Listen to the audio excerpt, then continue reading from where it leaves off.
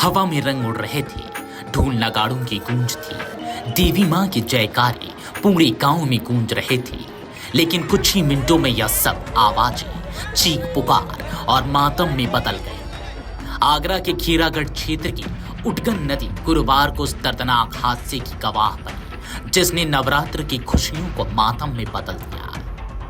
दशहरे पर गांव कुसियापुर से 40 से 50 लोग मां दुर्गा की प्रतिमा विसर्जित करने नदी किनारे पहुंचे थे। महिलाएं सिर पर कलश लिए, पुरुष नाचते गाते और बच्चे भक्ति में सराबोर। माहौल पूरी तरह उत्सवमय था।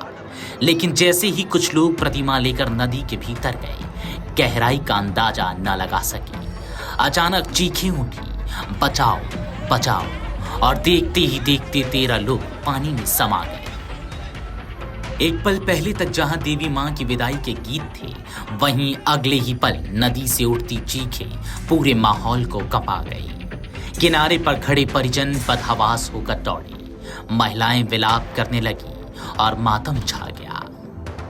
इस हादसे ने गांव के 2 परिवारों को सबसे गहरा जख्म दिया। 25 वर्षीय ओमपाल, जो अपने परिवार का एकमात्र सहारा थे, नदी से मृत अवस्था में निकाला गया।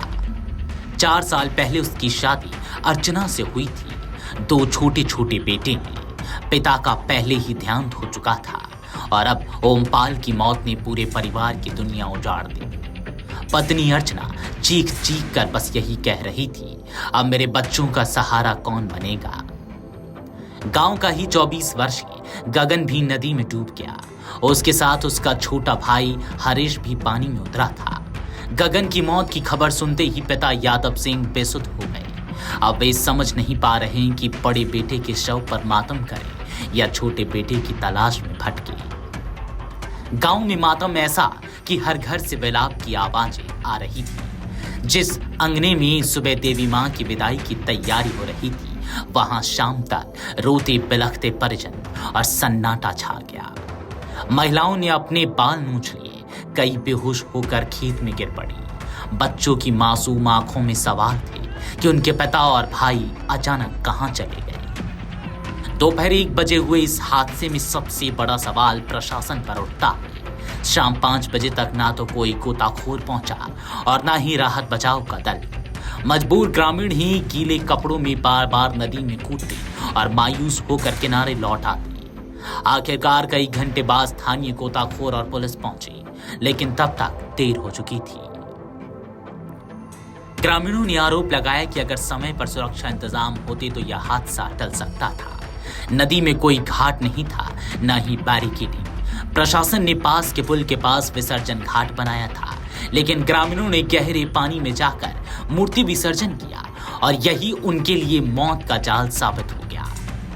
इस अफरा तफरी में गांव का भोला नाम का युवक किसी फरिश्ते की तरह सामने आया। उसने अपनी जान जोखिम में डालकर कई लोगों को बाहर निकाला। उसमें से एक युवक अमिता जिंदा है, सिर्फ भोला की बहादुरी की वजह से। लेकिन वह ओमपाल और गगन को नहीं बचा सका। आंखों में आंसू लिए भोला बार बार यही कहता रहा, काश मैं थोड़ा और तेज तैर पाता। हादसे की सूचना मिलते ही डीएम अरविंद मलप्पा बंगारी और डीसीपी पश्चिमी जोन अतुल शर्मा मौके पर पहुंचे। डीएम ने बताया कि मृतकों के परिजनों को दैव या आपदा की तरह 4-4 लाख रुपए की आर्थिक मदद दी जाएगी। लेकिन गांव वालों का कहना था कि मुआवजा उनके बच्चों, पत्नियों और बूढ़े माँ बाप के आंसू कैसे पूछेगा। देखिए, ये थाना खिरागढ़ में गांव पड़ता है डूंगरपुर। उसके पास ही में ये उटंगन नदी का पुल है, जहाँ पर कि विसर्जन की लिए व्यवस्था की गई थी, मूर्ति विसर्जन की।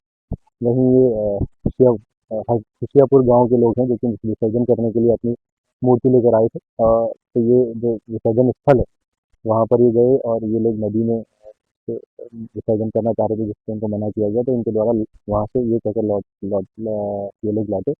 ये लोग राजस्थान जा रहे हैं और वहाँ से ये करीब थोड़ी दूर आकर ये जो कि परंपरागत जगह नहीं है उसकी, वहाँ पर ये गली से नदी में आए और वहाँ पर ये मूर्ति विसर्जन कर रहे थे।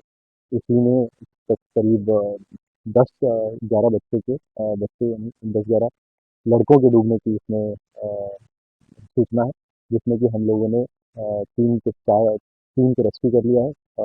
एक को रेस्क्यू किया, 3 लोग रेस्क्यू किए थे, जो कि हॉस्पिटल में जिनकी मृत्यु हो गई है।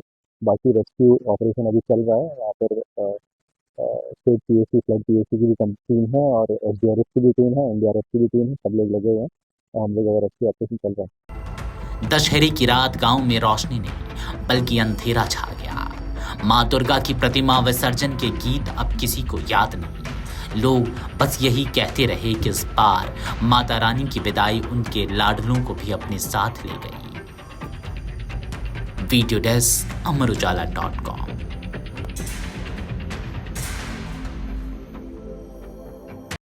अगर आप ये वीडियो YouTube पर देख रहे हैं तो हमारे चैनल को सब्सक्राइब कर बेल आइकन दबाएं और Facebook पर देख रहे हैं तो हमारे पेज को लाइक करें।